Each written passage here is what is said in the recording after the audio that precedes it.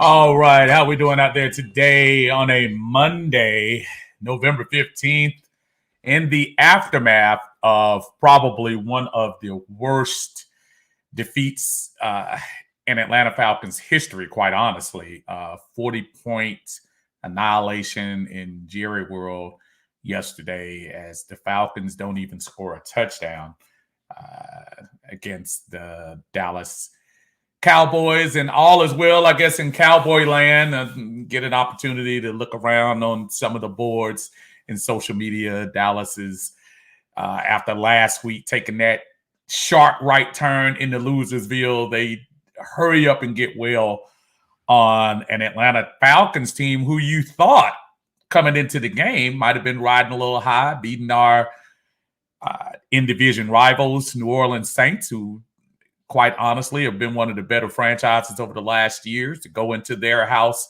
and win. And there was a thought that it would be some confidence going into that game. And quite honestly, it turned out to be just the opposite. Hey, I'm live in Atlanta Bird Gang right now, also live on Uncle Steve's Lounge on YouTube. Make sure y'all push likes on either one, because obviously that helps the algorithms and get more people involved. What I want to do today more than anything else, look, and I'm never going to ignore our regular folks who come in here. We're going to still talk to you guys and hear what you have to say, because I know all of you have a lot to say. But I want to hear from some new names and some new faces. If you want to even join me briefly on line, I would love to hear that, because we've heard so much from, most of us. I'm sure you all have heard from all the admins. You've heard from some of the normal posters who we absolutely love that you keep posting and keep the vibe going in the Atlanta Bird Gang, and those of you who are on Uncle Steve's Lounge. We'd love to hear that, but I want to hear from those folks we haven't heard from, those folks who sit back in the cut and just watch all the stuff play out online, watch all the sometimes tomfoolery, sometimes nonsense, sometimes thoughtful things that come on the page. Let me hear from some of you all, because I must admit, as a fan, I'm at a crossroads, and not a crossroads anything permanently, but I'm talking about as far as how my mindset is towards the rest of the 2021 season. There's a big part of me that is saying, preach patience.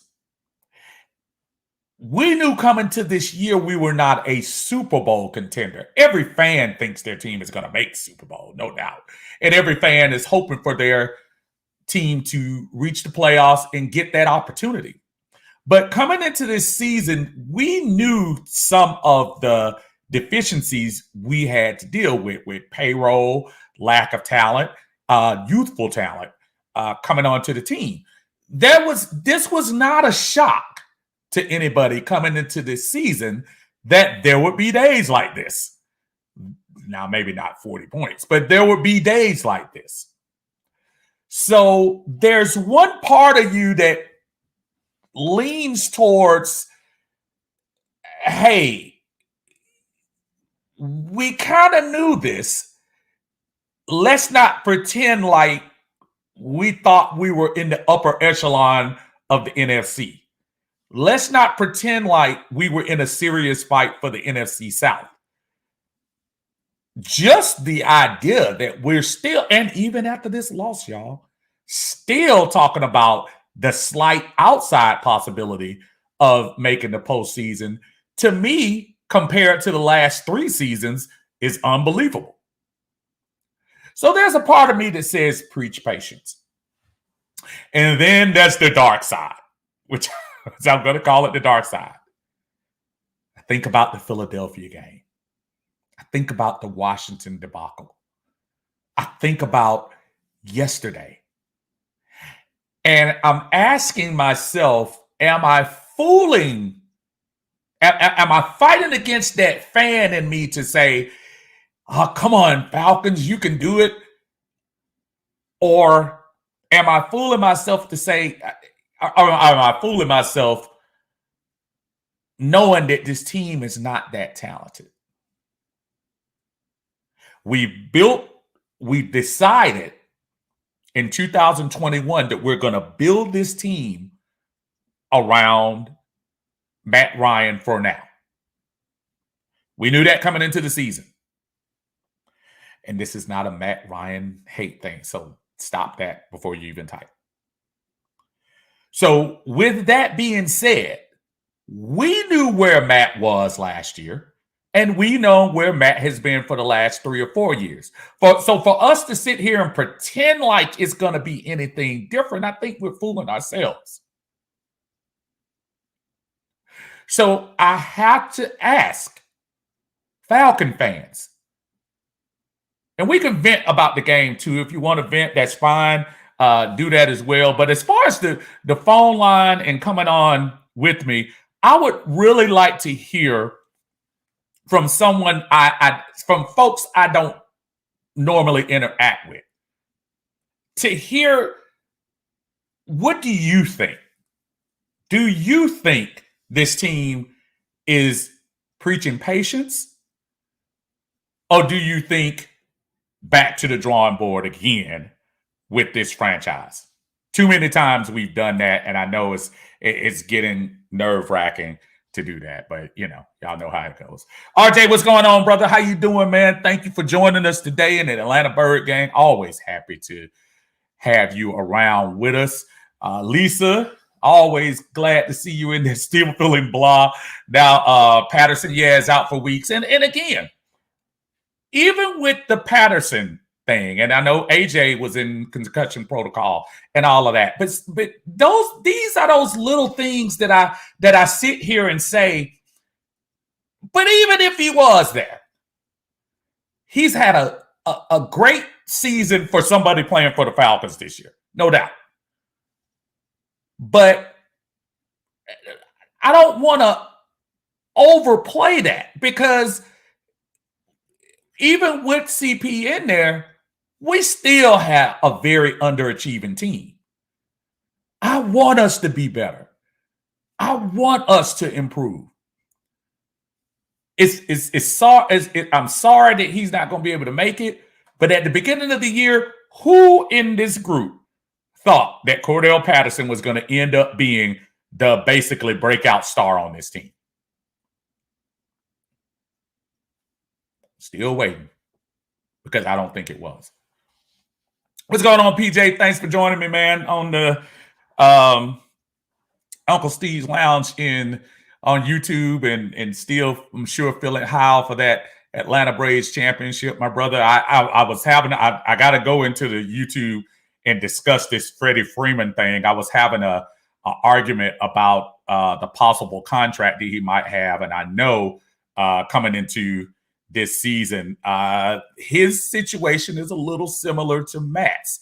A little similar. I'll explain later.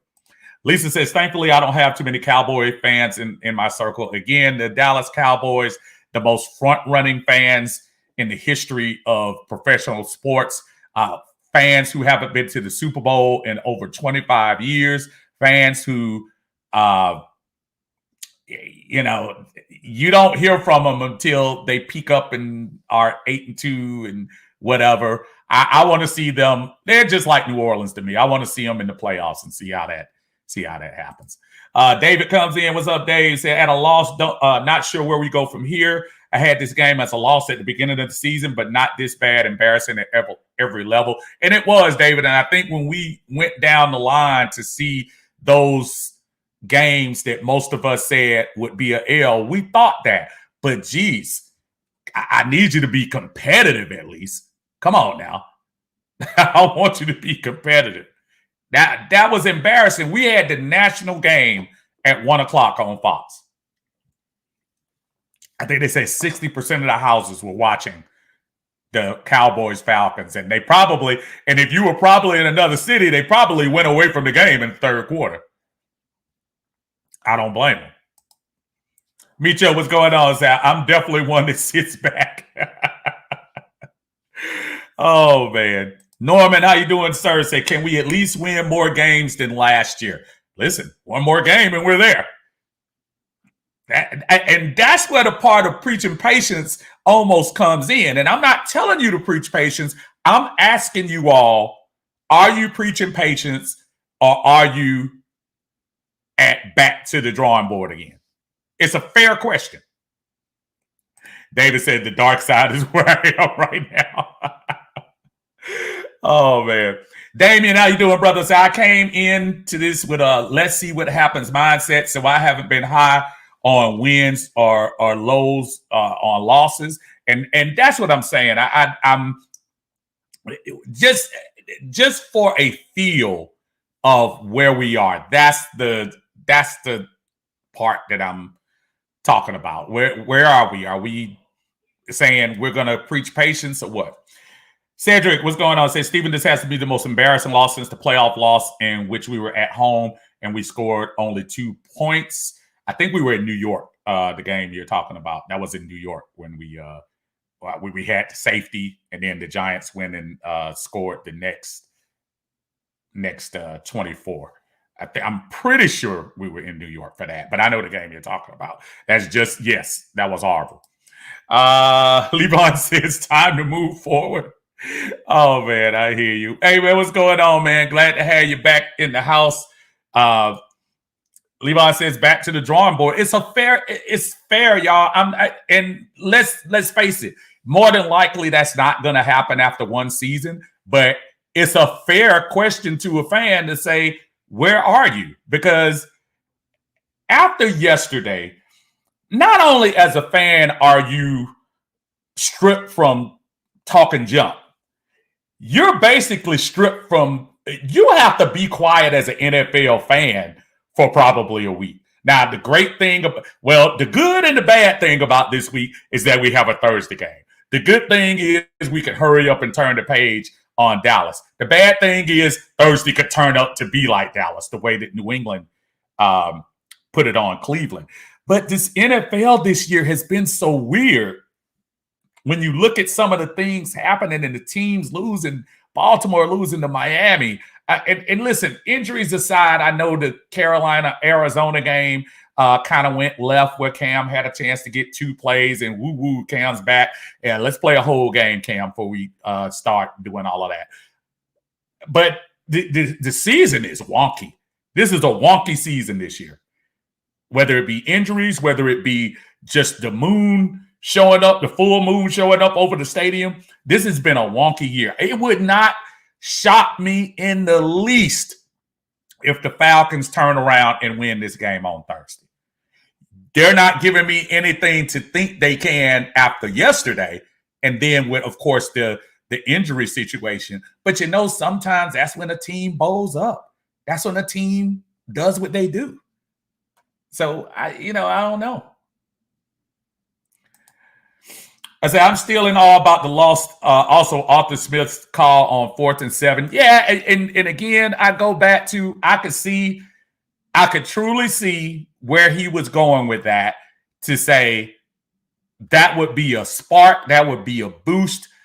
If he did make the 4 and 7, I don't agree with it because you had an opportunity to score 3 after your defense held them to I think it was a 3 and out, which is one of the few 3-and-outs they had with Dak in there, if they had any.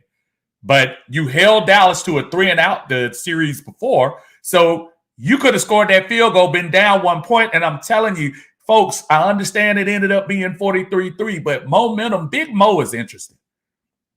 Big Mo is something else. And if you got Big Mo going on your side, it can go sideways for the other team.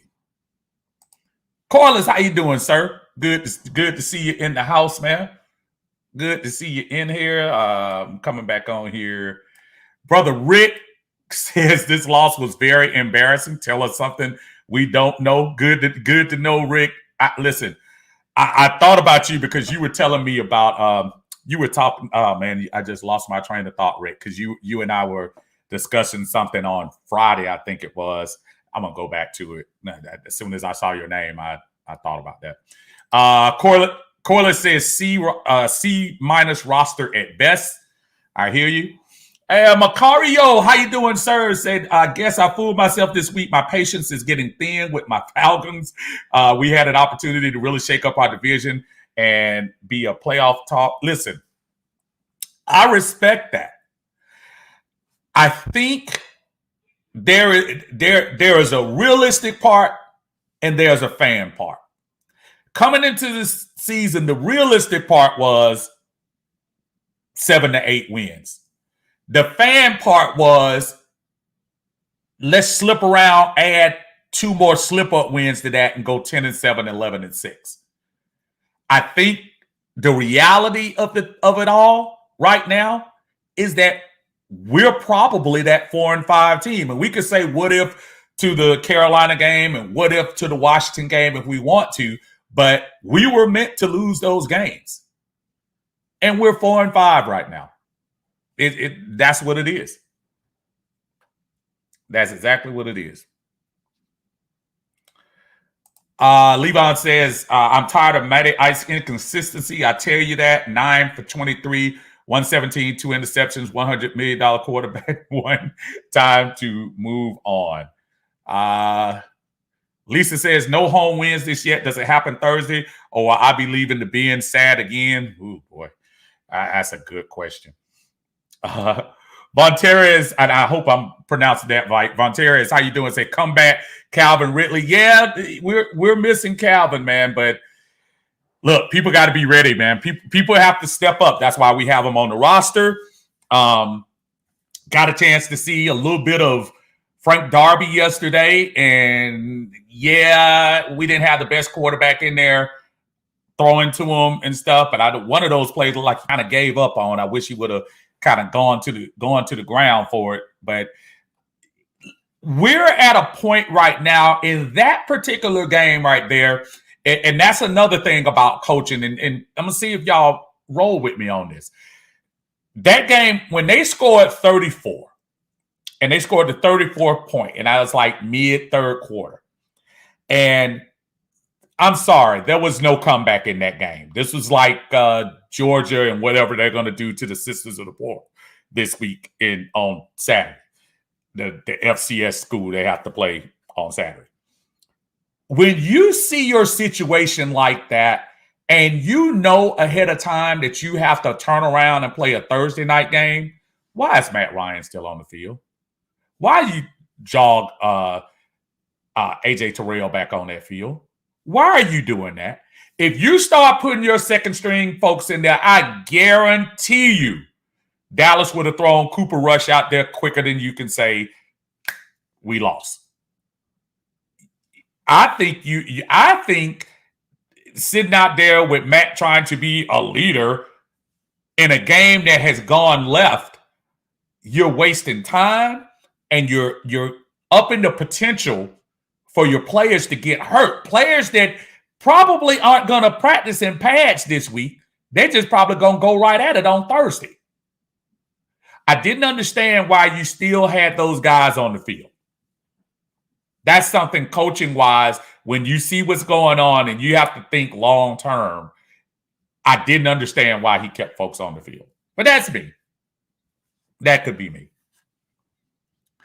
Armani, what's going on, man? Says, I work at a weapons-based Terry might need to go get some of these bombs and blow this team up. I mean, look, I understand how that makes everybody feel. I understand that. I do. Damien says, patience for me. And like I said, that's the question of the day, y'all. Patience or start from scratch.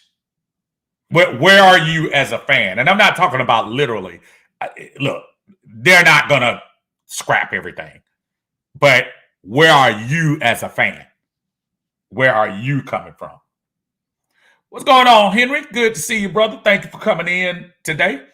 Levon also says, have Blank even thought of Mighty Ice being consistently inconsistent? How much more can a declining franchise handle? Fair point. Jeremy, how you doing, sir? Said Patterson likely out Thursday. Damn it. And Jeremy, I tell you, man, at this point, I need to see other players anyway.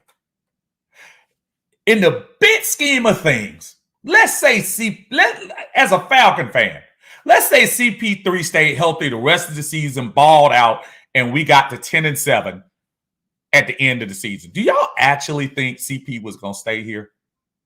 Do you actually think he's going to stay here with us? I don't think so. And even if he did, you have a plethora of young guys you need to see. We still need to see a lot of our defensive players, a lot of those draft picks we brought in. I know we got Eric Harris as a veteran. I know we have Fabian out there in the secondary. But folks, we need to see what these young guys can do now. And this is not saying don't try to win the game. But this franchise is looking forward to 2022 and more importantly, 2023. And you don't know what these guys can do until you put them out there in the mix. And yesterday was a perfect time to put them in the mix. Perfect time. I just disagree with how they handled that. I think it was a perfect time to do it. So, hey, as said, what's good? Been licking our wounds all day. Got to move on. Pats ain't playing. Time to get focused. Yeah, I mean, you have 72 hours? 72 hours, we back on the field again. At least we're at home. Are the Patriots going to put up 40 on us? They put it on the Browns. Browns are kind of, I don't know. This game is such a psychological game sometimes. Browns came into the season as one of the best thoughts to win the AFC, and now they're 1/2 game behind us. Steven, what's going on? Steven says, as much as you don't want to believe it, we are in rebuild mode no matter what happens next. It's not a matter of not wanting to believe it. It's a matter of what the team. Listen, as I told everybody at the beginning of the year, and it makes me laugh that people take exactly what folks say at face value in positions like Terry Fontenot and Arthur Smith. When they tell you we're not in rebuild mode, and you see the moves we make, our highest paid free agent coming this year was Mike Davis. We basically got rid of cut a lot of fat around the edges, got rid of our franchise wide receiver. And you sit there and tell me we're not rebuilding.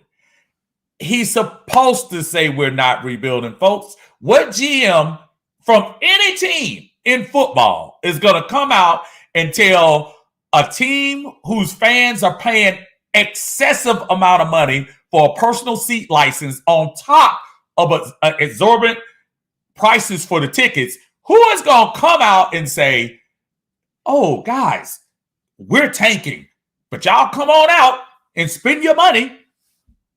Come on now. I need some of y'all to think beyond that. Because I see so many people come on and say, Terry said we weren't rebuilding. Really? Y'all honestly think he's going to sit there and tell you?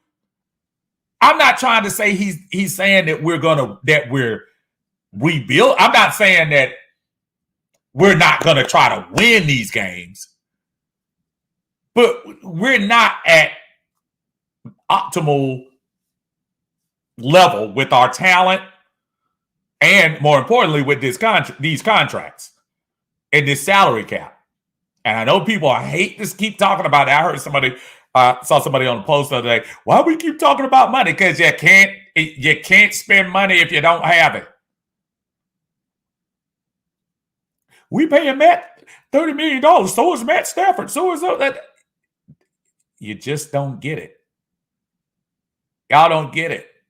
There was a class, and I don't know if Lisa's still listening. There was a class that they gave on the Atlanta Falcons member site about the guy, and he was trying to explain the salary cap. I wish they would have made that public so some folks can figure that out. Dre, how you doing, sir? Say, Steve, do you think Dan Quinn has the blueprint like Fontenot had it for the Saints? Now, if you're talking about his defense for the Cowboys, I think Dan Quinn is in a good position right now. I think Dan Quinn is in a position where he has an offense similar to the 2016 team. He has an offense that can do a lot, and he knows he's in a good place where his defense doesn't have to carry everybody. They don't. I'm getting here on the other side. I come over here. I see my brother Derek over here saying, how about them Cowboys? And that's a big Cowboy fan right there. I got you. Say it's a long season, still playoff contenders. Jarius says, how does this turn around in 3? How do we turn the page in 3 days? We get beat by New England, and this fan base is going to be done by the year. And that's the thing I'm asking, Jerry. It's not a match. See, because let's keep it real. If we start talking about the schedule and we start going out further, got a winning team in New England, got a winning team by the time we play them, Carolina might be a winning team. Got a winning team in Tampa Bay, got a winning team in Buffalo, still got a winning team in, New Orleans is 5-5, but they still might be a winning team. You can't go into it with the attitude of we're just going to lose every game. Look, the team, each week is different. Ask Baltimore how they think each week is different after last week with Miami. Ask Arizona how they think each week is different, how they got shellacked by a Carolina team that only had 3 wins coming into that game. It changes, folks. It changes every time. It's not the same. Joy, what's going on, man? Said, I'm just flabbergasted. Yeah, that's a word for it, flabbergasted. Rusty, phone lines open, Steve. They are open, Rusty, but I'm trying to get some new folks in here, some new blood in here. I really want to talk to some of the folks. I haven't turned it. I'm gonna get it twisted on right here in a little bit, but I'm trying to get some new voices in here, some new folks in here, so I can get the temperature from folks who've been sitting back, quiet, and just want to be heard for once, and not caught up in the, Facebook post and, dominating, not that you dominate, but people that start dominating the conversation and stuff like that. I want to hear from a lot of other folks. I really do. Okay, let me go back up here because I'm way behind. Micho says, if we had any other quarterback in the game, the way we played, do you think we would have won while giving up 40-plus points, asking for a reason? I think the second quarter went, the second quarter went left. And it's going to happen once every blue moon to every single team in the NFL. Every single team is going to have a whoops game. And yesterday, Falcons had their whoops game. In the third quarter, I don't mind you threw Josh Rosen out there, but let me see a little bit of Felipe. Let me see what he has. I'm not telling you Felipe is the future. All I'm saying is let me see some of the young guys. Let me see what's going on with the folks that are going to be with this franchise, whether we like it or not, for the next couple of years. Why am I continuing to stuff the legend of Matt Ryan down my throat when we have a team that's not going anywhere. When I talked about at the draft getting a new quarterback, and again, y'all can take it. I really don't even care at this point how people take it, whether I'm talking about getting rid of Matt Ryan or whatever. If you were going to go through the growing pains that we're going through this year, do you want to go through it with a quarterback who obviously is not going to be here past 2023? Do you want to go, or do you want to go through it with somebody who has to take their lumps, but at least getting some professional experience? I'm not trying to make Jalen Hurts the top person ever, but I'm looking at his maturation from last year to this year. Yes, he's still making mistakes because he's only 2 years in it, but he sure looked better than anything we've been putting out there on a regular basis. And that team from Philadelphia looks like they could be moving slowly in a good direction. And think about it. Philly went to scrap after winning the Super Bowl. We're runners up to the Super Bowl the year before and still trying to live in the glory days. Still thinking that 2016 is coming back. Still think that Kyle Shanahan is on the sideline making calls. Still think that we can do all the things that we did 5 years ago when most of us can't do things physically that we did 5 years ago. It has nothing to do with the personal part about Matt Ryan. I think Matt Ryan has been awesome for this franchise. I think Matt Ryan has been the best quarterback in this franchise history. Of course, if you have 14 years, you have a lot of time to do that. But I also say on this particular team that you have basically gutted from last year, that you're surrounding him with new faces, new offensive line, new defense, and you got the same cat sitting at quarterback thinking all of a sudden he's going to drink some way back juice and all of a sudden come back to the MVP form. Will he have flashes? Absolutely he will.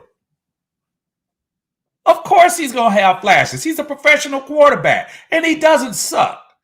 He's a top half of the league quarterback. But let's not fool ourselves into thinking that he's going to be what he was, y'all. Stop. And we keep fooling ourselves when we do that.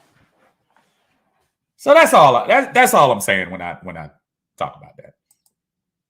Lynn, how you doing? I'm sorry, I know I got to catch up with these comments, and thank you for joining us, Lynn, as always. Do you think the tempo of the game would have been different if we had went for the field goal? I will never give up on my Falcons.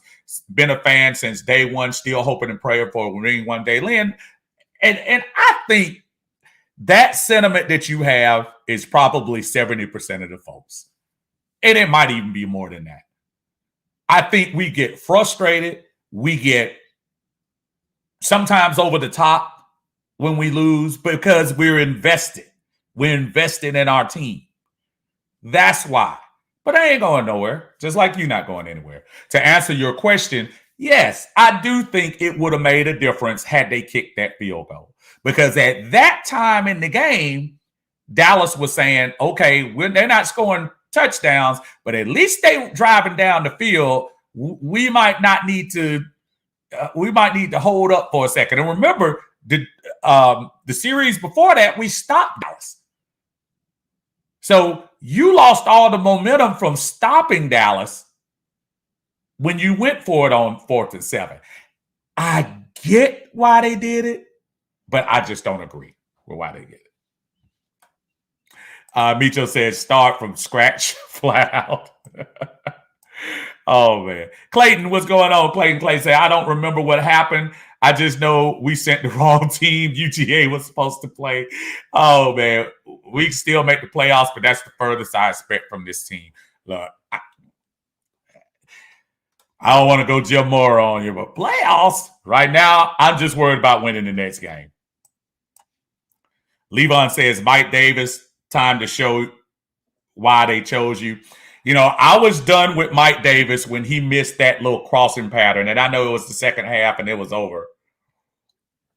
When Matt Ryan put that crossing pass in his chest and he dropped that pass, I was done. I was completely done. And Mike has to realize that now, especially with Patterson out, he's got to step his game up. I saw they got a lot more time to Gallman yesterday. I got a feeling he's going to be a lot more involved. But, you know, we got to figure it out. Patterson is gone, as Levon says. Clayton says, we the best, worst team ever. That's actually good. Best, worst team ever.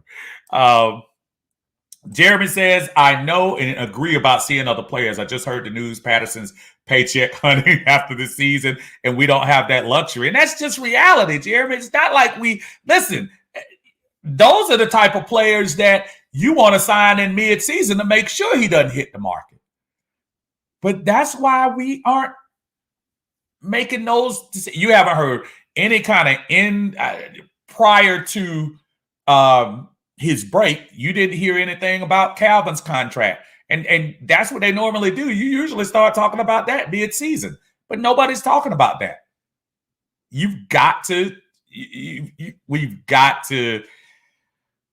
take this thing 1 year at a time. Salary-wise, we just can't do a lot of things. Dre says the ball is in your hand. No, the ball wasn't. The ball was in his hand, and he dropped it. Mito says, take the game out, blow in that cartridge, hold the reset button into the logo screen, because reset, start from scratch. Wow, that's deep. Rick says, we have Ollison, a good time to see a good running back. Well, let's hope so. Ollison has been in 2 doghouses, 2 regimes doghouse, so it must be something that he's doing or not doing.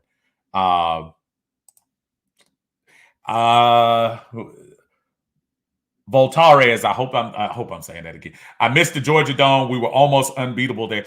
Ooh, slow down on almost unbeatable. The last couple of years, we were hard to beat. That unbeatable.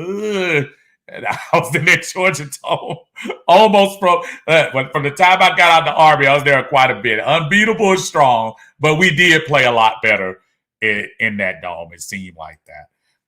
Francis, how you doing? Said, hi, Uncle Steve. I'm at the point of starting from scratch. I can't trust MR2. Don't know which MRT2 is going to show up. It's like Levon said, consistently inconsistent. That's where you are. That's where we are right now. Thanks for joining us. Anthony, how you doing, brother? Say, start from scratch. This roster needs a reboot. 2016-17 is done and over with. Bring in the new blood and build his foundation the right way. An unproven rookie head coach and a new GM can only get so far with a cash-strapped team like this. And that was one of the things that I was talking about, Anthony. You basically did that with every other position except quarterback. And right now we are kind of fooling ourselves into thinking that somehow the pixie dust that was floating around Atlanta in the Georgia Dome is going to magically go over to the bins and make us winners again. I just don't see it. It's really hard to figure it out, yeah. Clayton says, after 2 games, everyone should know it's a rebuild. Yeah, but Clayton, I'll say this though, Clayton.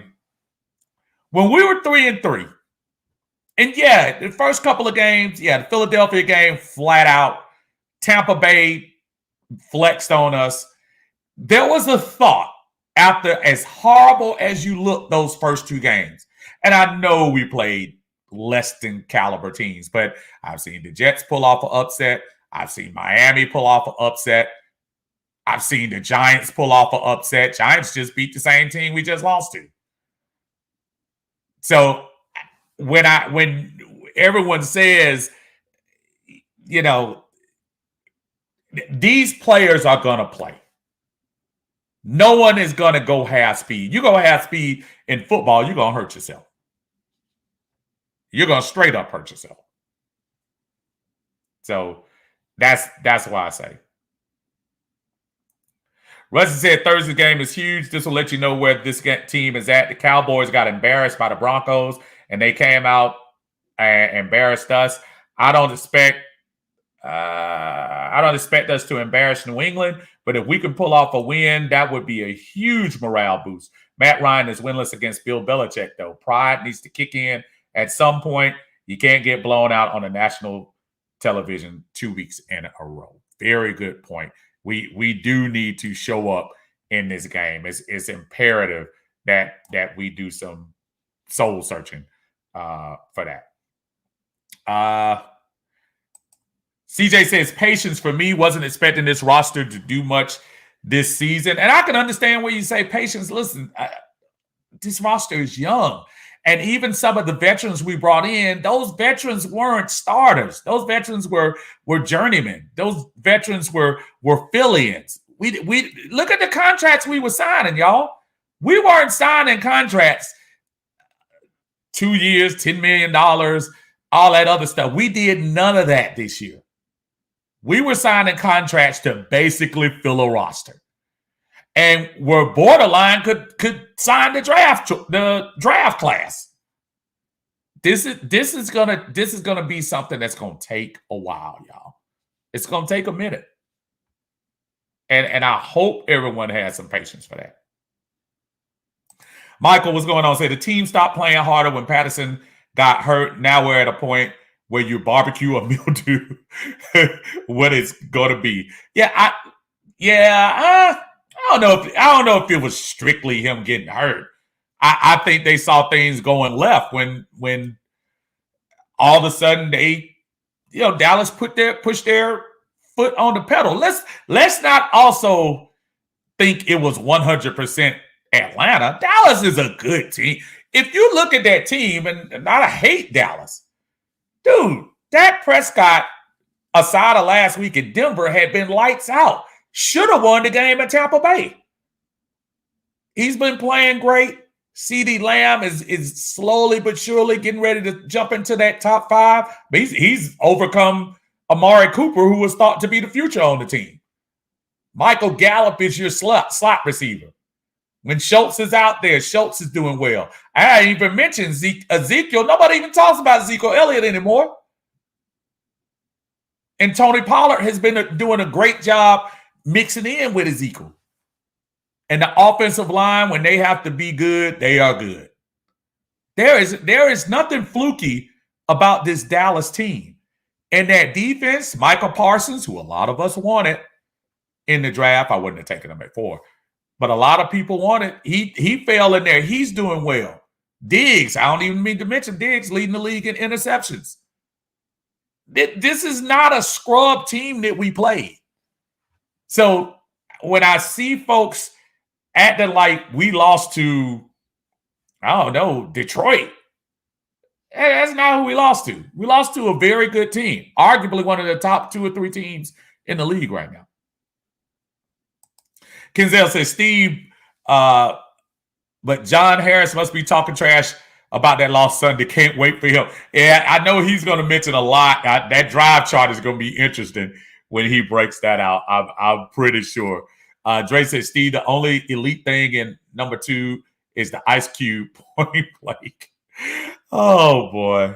Oh, my goodness. Oh, man. That's crazy.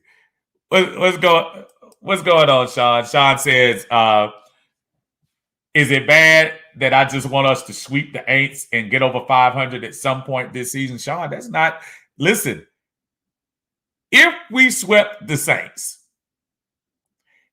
and we're 8-9 this year, I'm not going to call this year a success, but let's folks, we acted like we started from 11-5 last year. We were a 4-12 team. We were not competitive. There was nothing competitive about this team last year. We got a little bit of momentum when Raheem came in and the let's play for Raheem thing. But that was it. We played one complete game against the Raiders last year. That was the best game we played last year. Other than that, every other game was touch and go. And we lost 12 times. So I'm not saying that we're tremendously better, but dang, it took us, we had 4 wins all season last year. Let's see if we can sneak 1 or 2. This improvement means to go up in this direction. And guess what? 1 more win will be 1 more win than we had last year. 3 more wins will be 3 more than we've had over the last 3 years. Well, 4 more wins. So let's see where this thing goes. Season is definitely not over yet. And when I say that, I'm not saying that we're not going to struggle. I'm looking at the schedule. We got some tough hurdles, including Thursday, to cross. But the season is not over yet. It's not. Not for playoff sake, for improvement's sake. Play better. Give yourself something to look forward to next year. And that's what I say.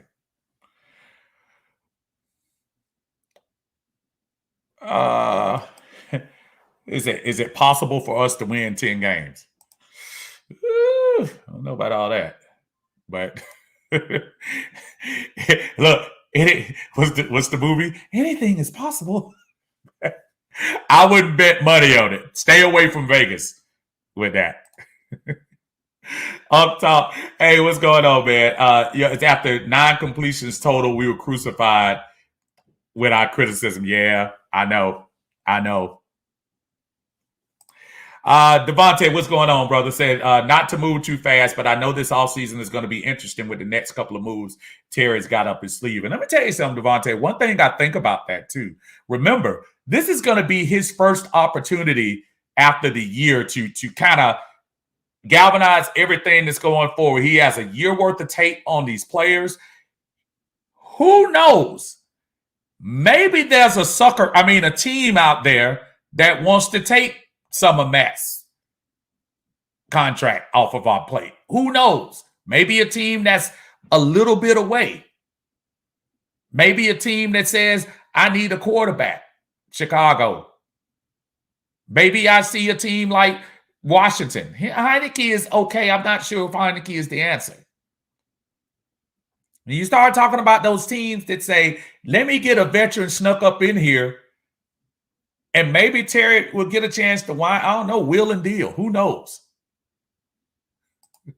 Also said not the way back juice. Oh, man. At this point, who has the most draft capital value on the team? Whoo-wee.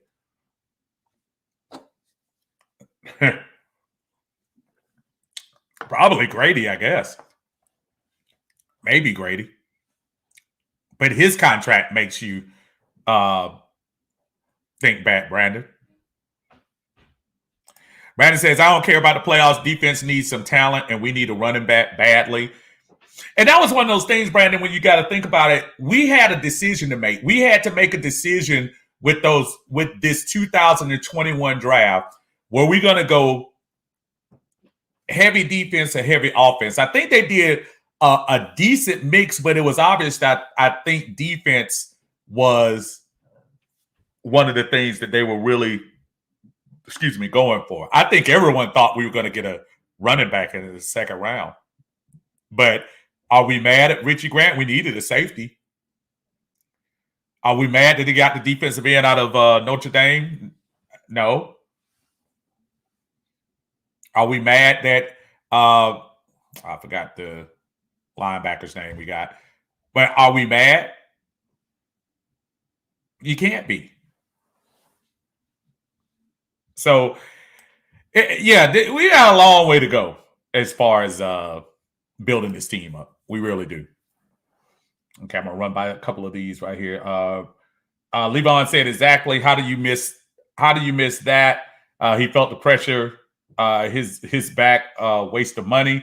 Brandon says the organization probably already knew about Calvin and his issues. That could be true. Levon, okay. Well, here's the problem though, Brandon. If the prior regime knew about it, maybe it may not have been as common knowledge to the new guys coming in. There is a dividing line where I hear a lot of people want to blame Terry and Arthur for the sins of the past. You can't. You can't. Some of the things I hear some fans blaming Terry and Arthur for, it's impossible. And they couldn't make moves with a lot of players. They couldn't get rid of a lot of players. You think for 1 minute they wanted to hold on to that albatross of a contract with Dante Fowler? They did the best they could. I'm surprised he renegotiated. Some of the contracts that we had coming into the year that now we're looking at saying, whoa, Debo, whoa, that's a lot of money. Woo, Grady, love you, Grady. But man, we need to work that down. And let's not forget, folks, I'm sorry. Dude, if I'm the Falcons, there's only one person that's getting ready to be a free agent that I need to talk to, and that's Foye. And I'm not sure we'll be able to afford him. We may not. And he was limping yesterday. I know he came back in the game, but I mean, we got a lot of decisions to make. Warren, what's going on? Warren said, we need any help we can find at this point.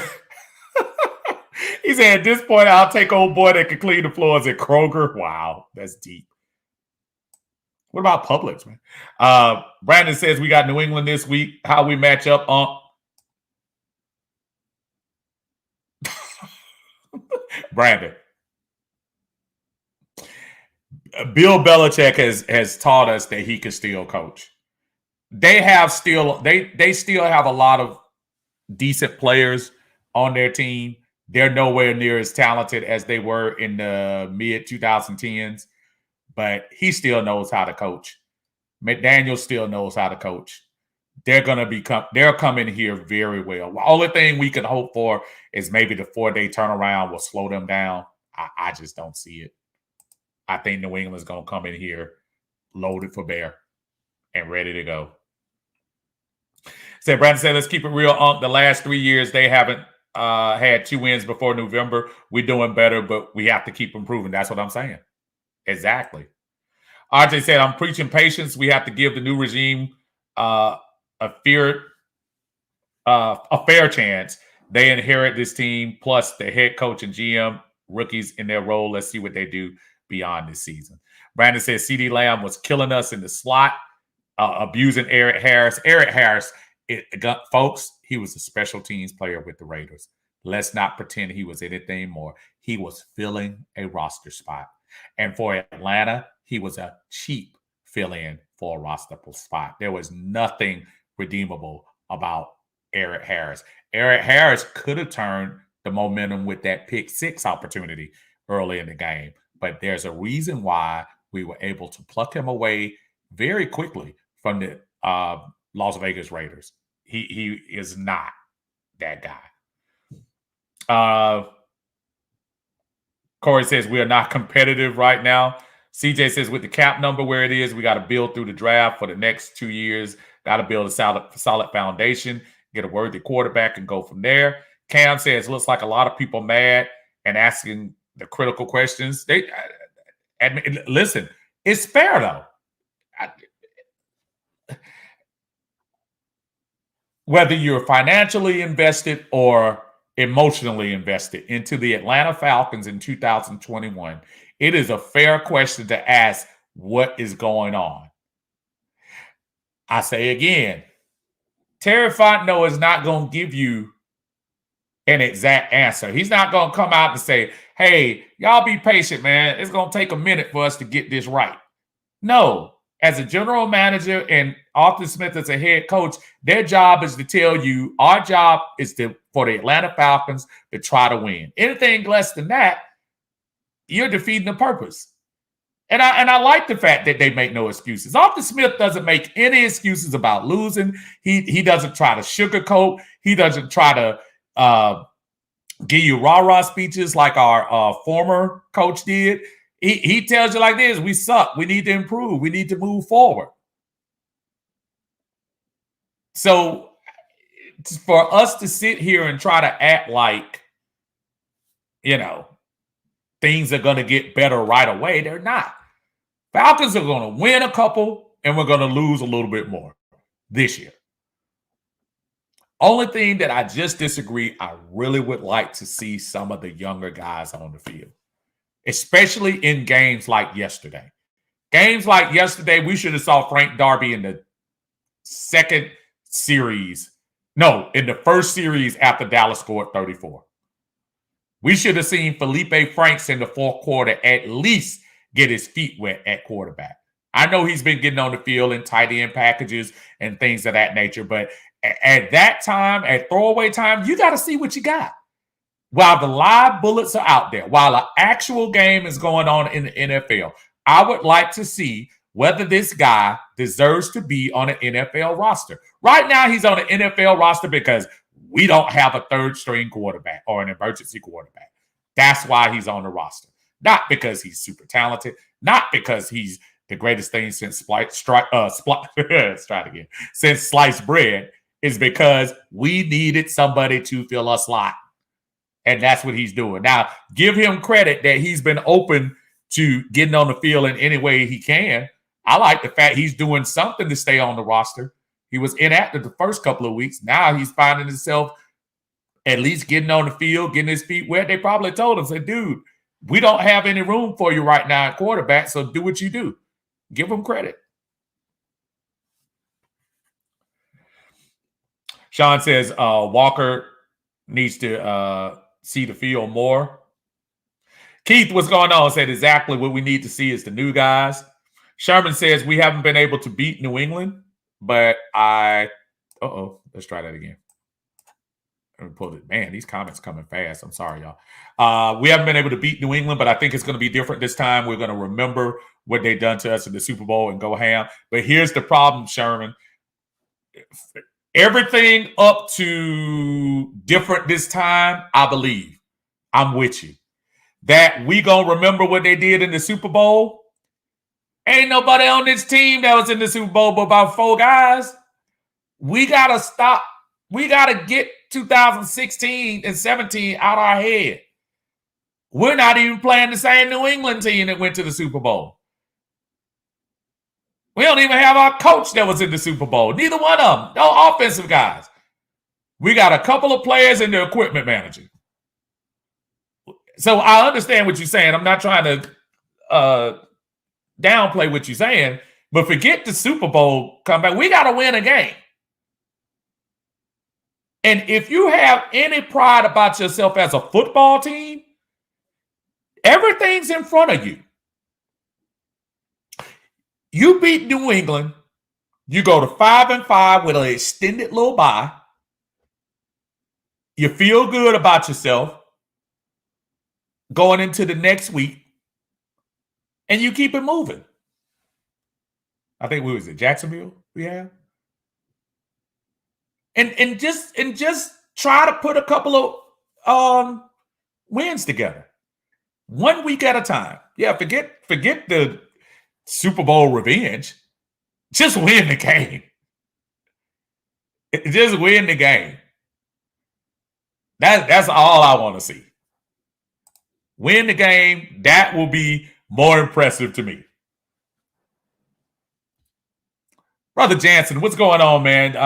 Y'all check out Jansen on his Just Good Network. Jansen does an awesome job, and know he posts in here when he's not starting trouble on Twitter about these Falcons. Jansen says Cowboys are one of the best teams. Not surprised they lost.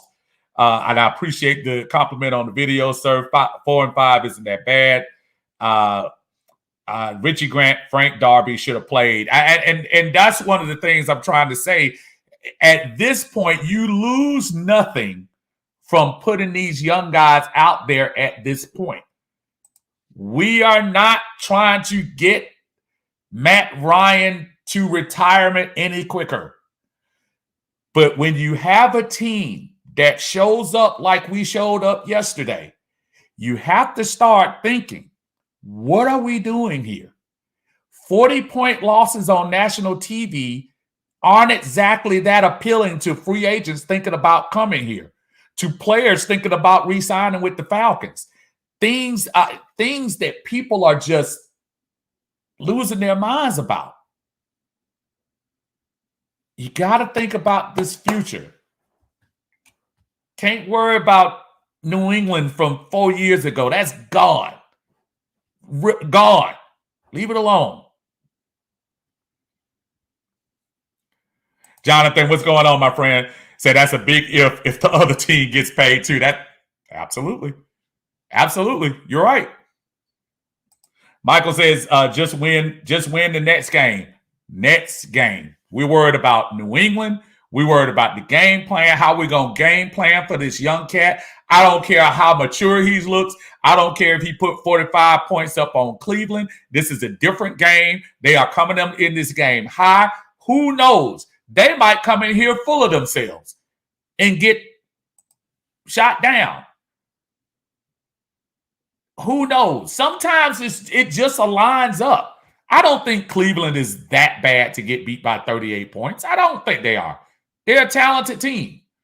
But every now and then you have those games. Let's give New England their game. This is the game we give it to them. Give it back to them. Sherman says the Cowboys will be one and done in the playoffs. They can't be trusted. That's one thing I do agree with you. There's something about the Cowboy franchise, to me, I think that was cursed, and I realize Barry Switzer won one Super Bowl with the guys. But there's something about this particular team that I think when Jimmy Johnson left, I think they went in a whole different direction, and that's why they've had the up and downs like they have over the last few years. That team easily could have won 10 or 11 games. Easily. What's going on, Wallace? How you doing, man? Thanks for joining us on Uncle Steve's Lounge. Thank y'all for everybody on YouTube. Again, y'all, please push the like button for me so we can get these algorithms started and get some more people involved.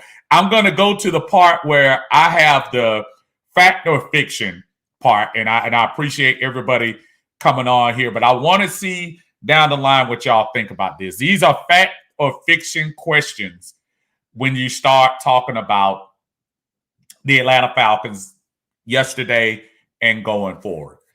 And I'm going to give my say, and you guys keep, letting me know what you think. John Harris, what's going on? John says, this chicken, what does it say? This chicken can't afford to lay that egg. Falcons are bad. Yeah, brother, we look real bad. We look real bad. Okay, let's go to this fact or fiction. All right, fact. Blame spread all around when you lose by 40 points. And the reason why I put that up there is because in several Atlanta Falcon groups, I've noticed that there's been an argument that the offense isn't doing what they need to do to score. The defense isn't stopping anybody. Shoot, you might as well add the special teams in there if you're letting kicks get blocked. So when you start talking about the Atlanta Falcons and their ability to attempt to win games or scratch, their ability to lose games, the blame spreads all around when you lose by 40 points. Is that a fact or a fiction? Because I think that when you lose by 40 points, everybody gets a demerit. Everybody.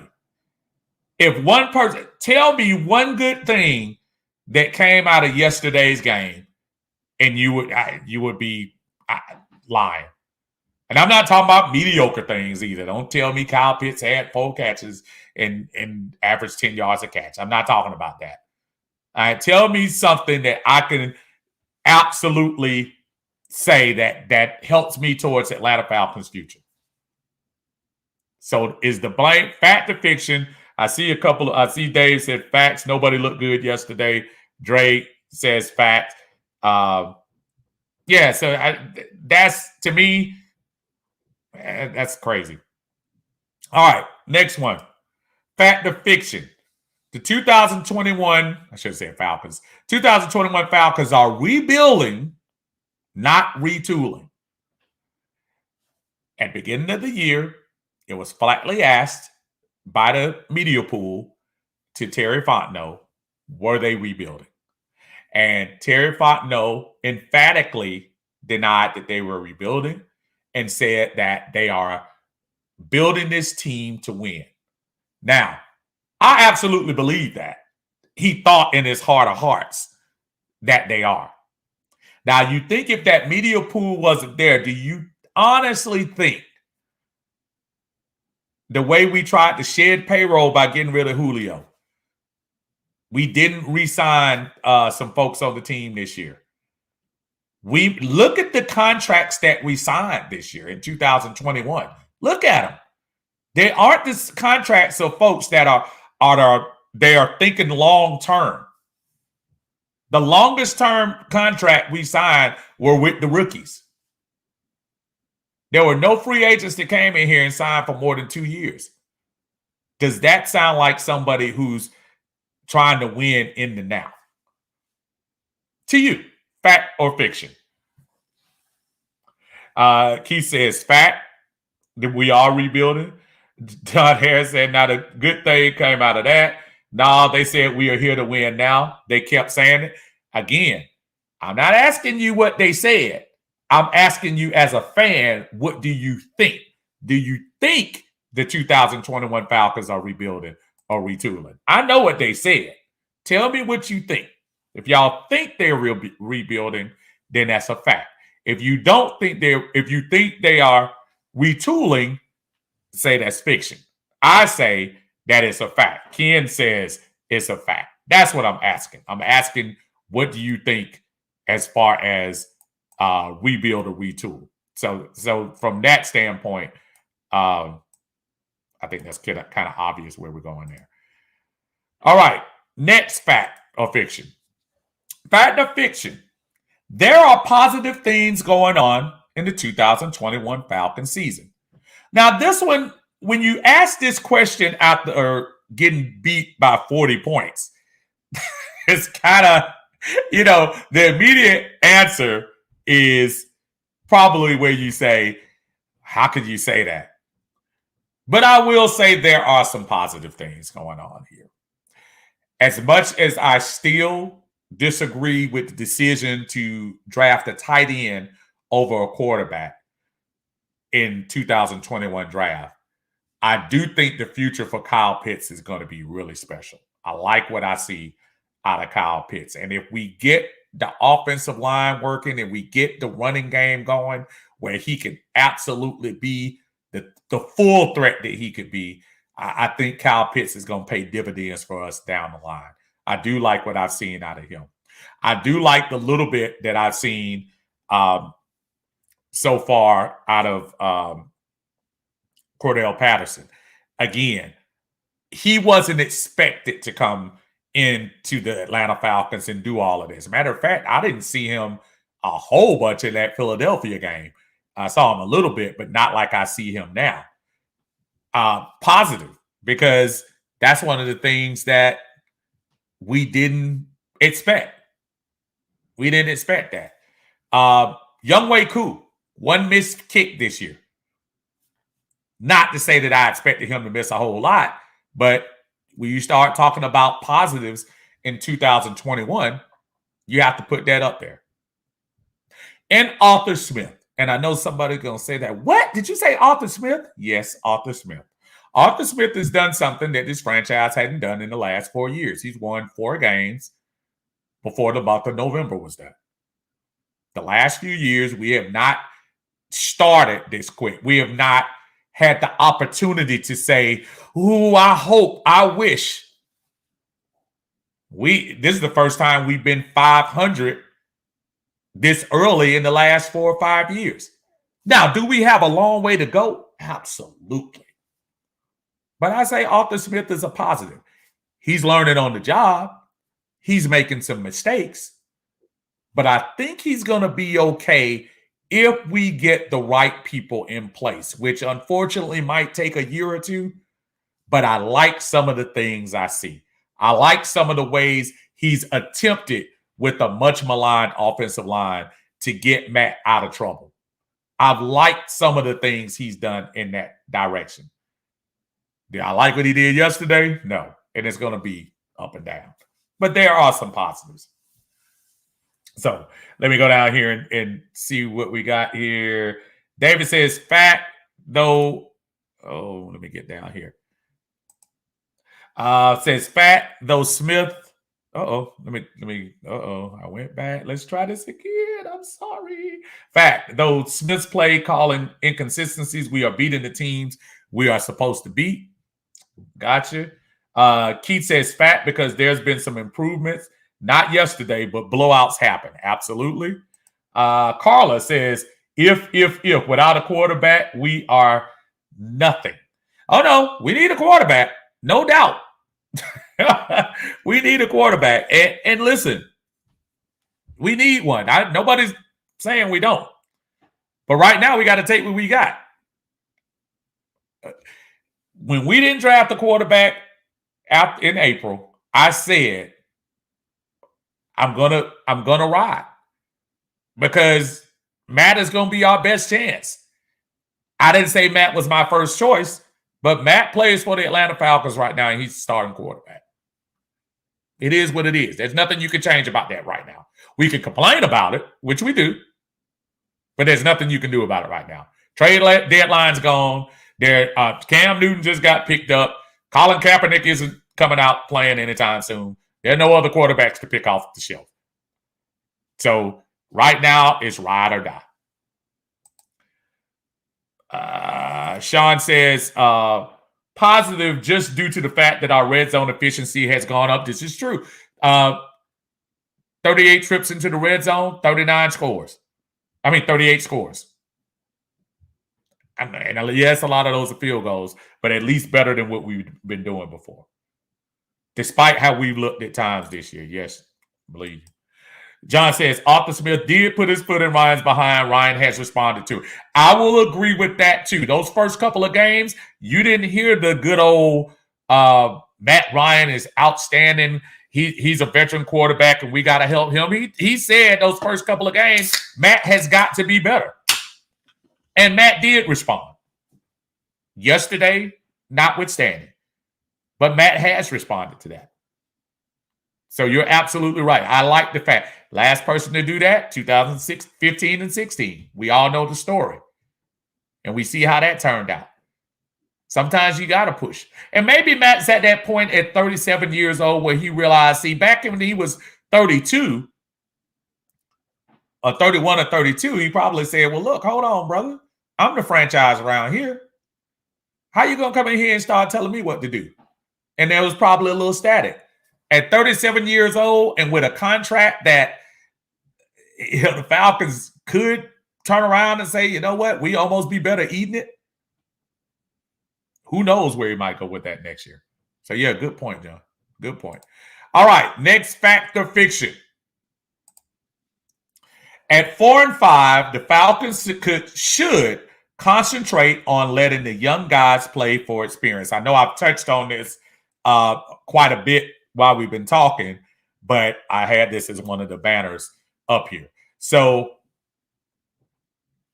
yesterday, being a perfect example, when the game went left, I'm glad we saw Frank Darby. Josh Rosen, I don't think Josh Rosen is one of those guys I think that we're expecting to be on the team. I think Josh Rosen was somebody that we just needed to have a second guy when my man got hurt. Well, not like he was doing great anyway. What's my guy's name? McCarron got hurt. So I'm not talking about seeing Josh Rosen. I'm talking about Felipe Franks. I'm talking about a quarterback you would have drafted. So when I see Frank Darby out there, whether he's catching the ball or not, when I see Richie Grant getting more time as he should, when I see some of the guys who've been toiled on the bench for most of the time get out there, that makes me feel a little good. Even in a game that you're getting blown out, at least they're getting some NFL time. Get a chance to get out there and see what it really feels like to be in a regular season game, not a scrimmage, not a preseason game, but a real game that counts. You got to learn you have to learn about these guys now. You got to. You can't find out how they're doing by reading the scouting report. scouting reports tell you how they are when they were playing against Division II opponents. When you get out there on the football field in the pro, you have to know what these guys are gonna do. Mike Thomas says, "Fat, you got about getting the young guys out there." Thanks for joining us, Mike. John Harris says, "Fat, but be ready for any kind of result because you don't know what you got until you play these youngers." And that's perfect. But I'll say this. Well, and that's going to be the next question. So let me hold back on this. Mike says this team needs more talent. We need a lot more talent. We need a lot more talent. Wallace says fiction. Tell me why, Wallace, because I want to hear both sides. I don't want to just resign this to just one side winning the argument about that, because I do think, in my opinion, that sometimes you do have to let these guys go out there and play. Keith says, "Fat, might as well let the young guys play. If we lose Thursday, they may need to play more." Very good call on that one, because you probably will need them to play.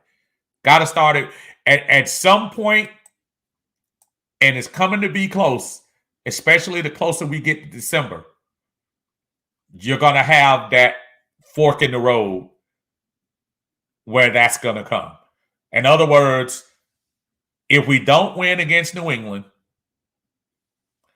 and we're 4-6, and this isn't saying the Falcons are going to throw games. I'm not saying that. But if you get to a certain point, you're going to have to start thinking about which direction you want to go with this franchise. Do you want to stick to the status quo, meaning Matt Ryan, and squeeze all the juice out of the lemon that you can, or give some of these young boys a chance and see what they got? You don't know. You don't know until you try. Which leads to my last fact or fiction on here. And we just finished talking about. And this is probably the most controversial one, so get ready. Matt Ryan is an asset to this current roster. So keep in mind what I'm saying. I'm not saying the history of Atlanta Falcons. I'm not saying in 2016. I'm not saying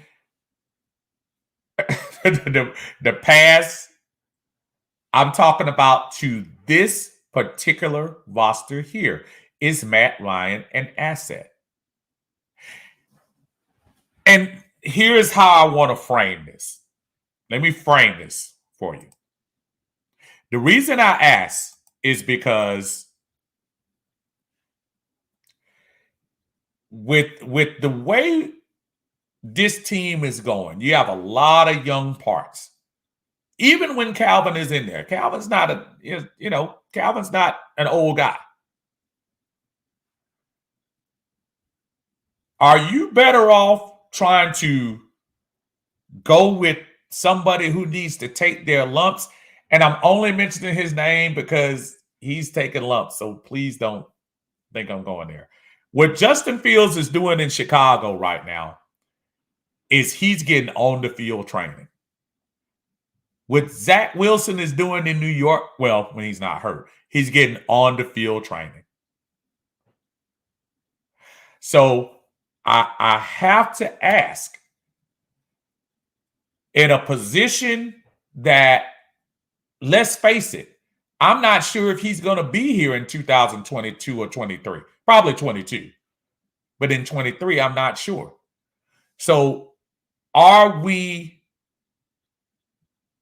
fooling ourselves by keeping him in the mix, knowing that we could have let that young quarterback go out there and get some time and be ready for a real campaign in 22 or 23?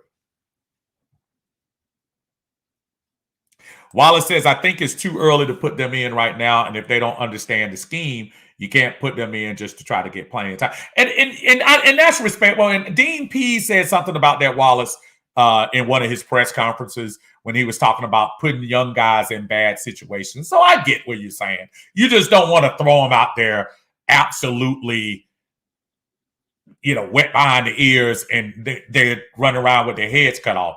I get that part. I guess I'm in games like yesterday where the game is out of reach. And I'm pretty sure we would have seen, as I was saying before, if Matt went to the bench sooner, we would have seen Cooper rush sooner for Dallas. But to get those guys some time in those type of situations, that's what I'm talking about. This is, let me see who that is. That is Jonah, says fact. They need to take Harmon out and put Hawkins in at safety. Sub in Richie throughout the game, along with Walker at linebacker and Darby at receiver.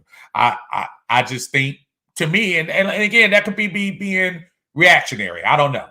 I just say, if we're going to lose like that with the alleged starters that we have, at least put some tape on some of these other guys who haven't had an opportunity to get on the field and see what they have. John says, yes, he is, but what is that saying? He's the best of the worst as far as Matt Ryan is concerned. Wallace says facts as far as Matt Ryan is concerned. Mike Davis said must start to build his team from in to out first, offensive and defensive lines. And Mike, both regimes have tried. It's not like we haven't brought offensive linemen and defensive linemen in here. So is it a matter of us not trying to address it, or our scouting not being good enough to pick talented folks? Because Thomas Dimitrov tried every year. He tried. It's not like he wasn't drafting offensive line. He went one year and did 2 offensive linemen at number 1 in the first round. So it's not like we haven't tried. Even now, with whatever we're doing with Mayfield, and I know everybody has just dogged this young man out, and he has not played well, and I get it. But the one thing I like about it, he was a 3rd-round pick, man. And they threw him straight into the fire. And I'm sure he is going to benefit from that a lot next year. He's going to know he got to bulk up. He's going to know what he has to do. That's the kind of person that I'm saying, when you throw them out there to see what they can do, you drafted them high. 3rd round is high. 3rd round is not a middle of the road player. You need to throw that out. You need to throw him out there and see what he can do. Now, you've gotten bad results and had to go other ways. I get it. But you don't know until you put him out there. Keith says fat, but it's only because we don't have another quarterback. The sun is starting to set on our veteran. That's fair. John said, and since you framed it like that, both the rookie quarterbacks you mentioned had older starters in front of them in the same situations that we needed to have by drafting a quarterback. So that new quarterback could get OJT. That's very important. That's why when I was hearing during the offseason, Jay, when I was hearing folks saying, you're going to waste this person on the sideline if you draft them, what are you wasting? If you draft a quarterback number 1, you got him for 5 years. If you have to wait for 2 years, shoot, let him wait. You're building for the future with this team. You're not building. If we drafted a quarterback, you weren't saying he was jumping out there opening day 2021. We knew Matt was coming out there. So we got to be. People have to realize it's not an agenda to say we're bringing in new blood at a position that folks feel so so much love for the incumbent. But when the incumbent isn't coming up with the results that we need, well, we're losing, but at least we got Matt Ryan. That gets old after a while. I would rather start young and say, well, you know what? You got a couple of years where he can build and maybe look forward to the future. Folks, Matt Ryan is not getting younger. His strength is not getting any better. yes, he has had some really good games this year. And I'm the first one to grab my pom-poms and root for him when he gets it. But at the same time, we have to start looking future. We have to.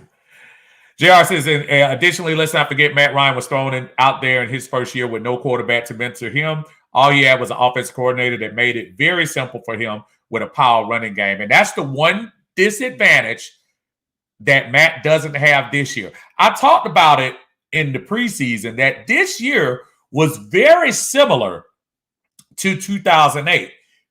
And the only exception, if you go look back at that team, we signed a lot of one-year guys. We signed a couple of journeymen. We to surround around. Keith Brooking was on the end of his leash. We had a lot of folks that were one and done. But we did get a very good, we caught fire with the Michael Turner thing. Michael Turner, by far the franchise's best free agent signing, paid dividends for years. And that's the one thing that I'll say that helped a rookie quarterback, because you were able to develop him better with a very good running game at that time, back when Mud Duck was the center and you had them big horses on the line. We got a couple of years out of Sam Baker and a couple of other guys, Tyson Clabo and a couple of those guys still hanging around on the line. You at least had the running game to take the pressure off Matt. You didn't have that in 2008. You didn't have that in 2021. Mike said maybe bad scouting. Yep. Says Hawkins nicked up. Oh, I didn't know that. Fred says Mayfield and McGarry are going to do well with the experience they are getting. Now, McGarry, this is year 3 or 4 for McGarry. McGarry needs to step his game up. He's a first-round pick. Mayfield is a third-round pick, and I'm not saying that's an excuse, but McGarry, we went up in the draft to go get McGarry. McGarry needs to be coming up. Mike says, I will be looking in the South like Alabama, Georgia, Clemson, Florida. That's not hard. SEC. I agree with you. But we got Marlon Davidson. We got who's the other guy we got from that played for South Carolina? Was it South Carolina? Yeah, but I hear what you're saying. Go to the best league for your help. John says, no, Steve, you know what I told you that we needed on the offensive defensive line. If you go to Alabama, you're basically saying the same thing, he said. Wallace says, we're just in a bad situation right now with not having the funds to go get good players, and we picked up backup players to fill starting roles. Again, exact situation we had in 2008. Remember, we had to eat back then Mike Vick's contract. A lot of what Mike Vick took out with that $100 million contract, remember, we couldn't just throw that to the side that year. We had to do bargain basement shopping. Now, we lucked up and got some other good players, but the biggest key we got on that year was Michael Turner. And we were able to sign him to a nice contract, bring him in, and we did what we had to do. So from that standpoint, I think that was the difference between 2008 and 2021. Well, y'all, I told myself I was going to be on here for 90 minutes, and it is 90 minutes on the dot. I appreciate everybody joining us. Thank you so much. We had the aftermath today. I'm pretty sure we'll have some preview on Thursday. I'm going to come on Thursday early to preview the game going into the week. Going into the week's game. And Thursday is going to be a tall task dealing with injuries. I'm sure New England is going to have some nicked up people there. But you know what? It is what it is. Every team has a Thursday night game, so we have to deal with it.